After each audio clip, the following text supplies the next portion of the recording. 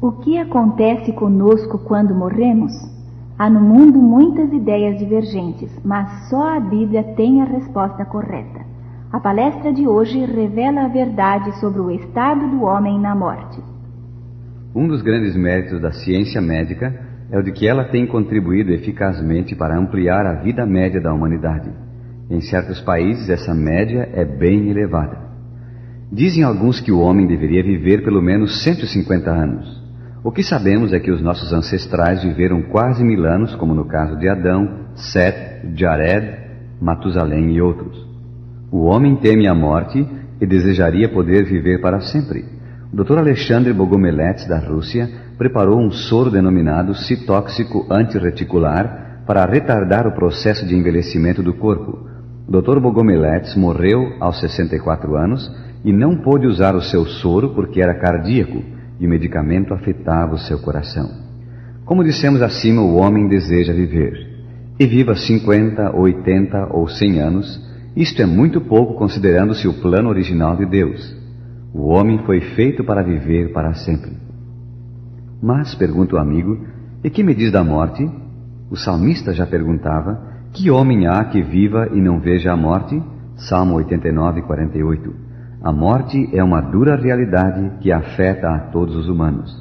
Se hoje separássemos 10.000 bebês e acompanhássemos suas existências, passo a passo, daqui a 10 anos a terça parte já teria desaparecido. À meia-idade restariam 5.000. Daqui a 70 anos só restariam 400 deles, e daqui a 100 anos talvez sobrassem 1 ou 2 remanescentes. A sorte comum de todos os viventes é a morte. Perguntamos então, o que ocorre quando um homem morre? Vimos na palestra anterior que ao Deus criar o homem, ele formou primeiro o seu corpo do pó da terra. Depois soprou nos seus narizes o fôlego de vida e o homem passou a ser alma vivente. Gênesis 2:7. Ele tornou-se um ser vivo, pensante, com emoções, ideias e atividades. Ele não existia antes. Quando ele morre, ocorre o oposto. Ele deixa de existir, deixa de pensar. As Escrituras afirmam que ao morrermos, o corpo retorna ao pó. Salmo 146, verso 4. O próprio Deus disse ao nosso primeiro pai, tu és pó e ao pó tornarás. Gênesis 3, 19. Quando o homem morre, ele vai para a sepultura. Lemos em Eclesiastes 9, verso 10. Tudo quanto te vier à mão para fazer, faze-o conforme as tuas forças.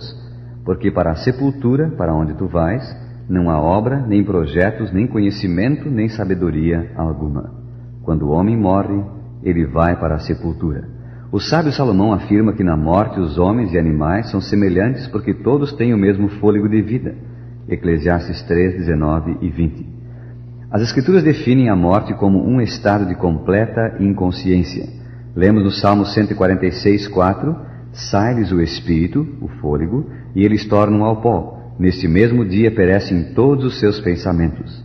Salomão afirma, os vivos sabem que hão de morrer, mas os mortos não sabem coisa nenhuma. Eclesiastes 9, verso 5. E continua dizendo, o seu amor, seu ódio, a sua inveja já pereceram. Eclesiastes 9, verso 6.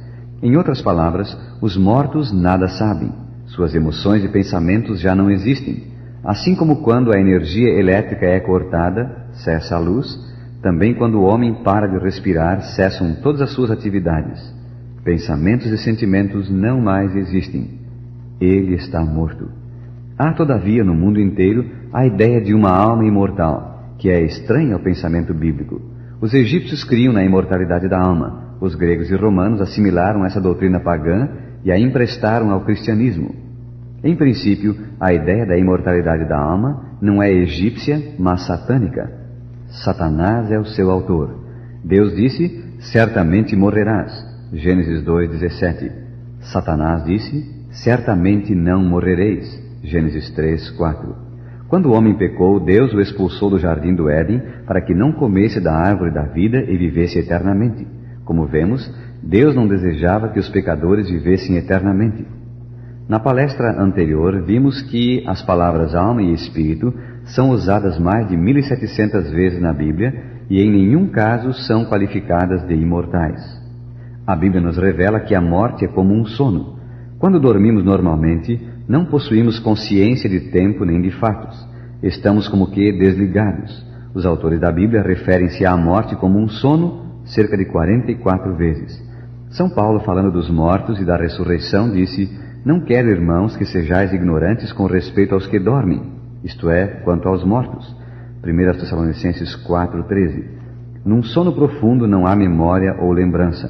Assim também na morte, o homem não sabe de coisa nenhuma. Eclesiastes 9:5 diz: os vivos sabem que hão de morrer, mas os mortos não sabem coisa nenhuma. O próprio Jesus referiu-se à morte como um sono. Quando Lázaro, de Betânia, morreu, suas irmãs Maria e Marta mandaram chamar o mestre, doador da vida. De caminho para Betânia, Jesus disse aos seus discípulos: nosso amigo Lázaro adormeceu, mas vou para despertá-lo. Disseram-lhe, pois, os discípulos: Senhor, se dorme, está salvo.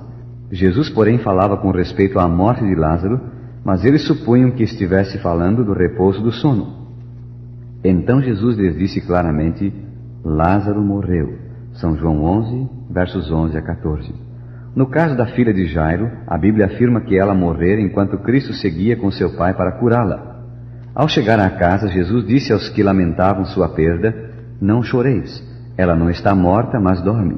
São Lucas 8:52.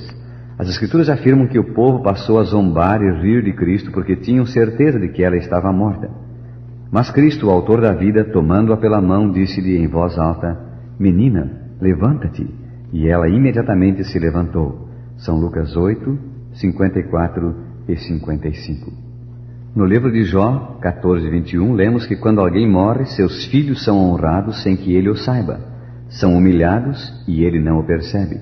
Davi afirma: na morte não há recordação de ti. Na sepultura, quem te dará louvor? Salmos 6, verso 5. No Salmo 115:17 lemos: os mortos não louvam o Senhor, nem os que descem ao silêncio. São Pedro, falando a respeito do rei Davi, claramente afirmou: Davi não subiu ao céu. Ele morreu e foi sepultado, e o seu túmulo permanece entre nós até hoje. Atos 2, 34 e 29. A morte é, pois, como um sono profundo. Nela não há atividade nenhuma, nem pensamento, nem memória, nem sentimentos. Mas a morte não é o fim. Após a morte vem o julgamento, como lemos em Hebreus 9:27. E depois do julgamento, a ressurreição dos justos e dos injustos. Atos 24:15. Sim, a Bíblia afirma que a morte não é o fim. Haverá ressurreição em corpo para receber-se a recompensa. No Velho Testamento temos esta promessa: os teus mortos viverão, os teus mortos ressuscitarão. Sim, a terra lançará de si os mortos. Isaías 26:19. O profeta Daniel, falando dos últimos acontecimentos, diz que muitos dos que dormem no pó da terra ressuscitarão, uns para a vida eterna e outros para a vergonha e horror eterno. Daniel 12:2. Jesus afirmou, São João 5:28 e 29, não vos maravilheis disto, porque vem a hora em que todos os que se acham nos túmulos ouvirão a sua voz e sairão. Os que tiverem feito o bem para a ressurreição da vida, e os que tiverem praticado o mal para a ressurreição do juízo. São Paulo assim se expressou sobre a volta de Cristo: o mesmo Senhor descerá do céu com voz de arcanjo, e os que morreram em Cristo ressuscitarão primeiro. 1 Tessalonicenses 4:16. Em 1 Coríntios 15:51 a 53, ele afirma que Deus transformará este corpo mortal em imortal por ocasião da ressurreição, quando Jesus regressar. Jesus Cristo é o autor da vida, pois Ele é o nosso Criador. É também o restaurador da vida, como prometeu. Para Marta, irmã de Lázaro, ele disse antes de ressuscitá-lo: eu sou a ressurreição e a vida. Quem crê em mim, ainda que morra, viverá. São João 11:25. Um dia os salvos receberão a vida eterna. Um dia, mediante a vinda de Cristo, receberão a coroa da vida. No entanto, agora, todos os mortos aguardam no sono da morte o retorno do Salvador. Somente quando Jesus retornar é que os salvos serão revestidos de imortalidade. Vemos, portanto, que o homem não possui uma alma imortal. Ele é mortal. E quando morre, cessam todas as suas atividades. Depois vem o juízo e, após ele, o galardão a cada um segundo as suas obras. Prezado amigo, se praticarmos o bem e andarmos no caminho da verdade, Deus nos dará a vida eterna. Se praticarmos o mal, receberemos o castigo da punição eterna. Se a morte viesse hoje surpreendê-lo, estaria você preparado para a vida eterna?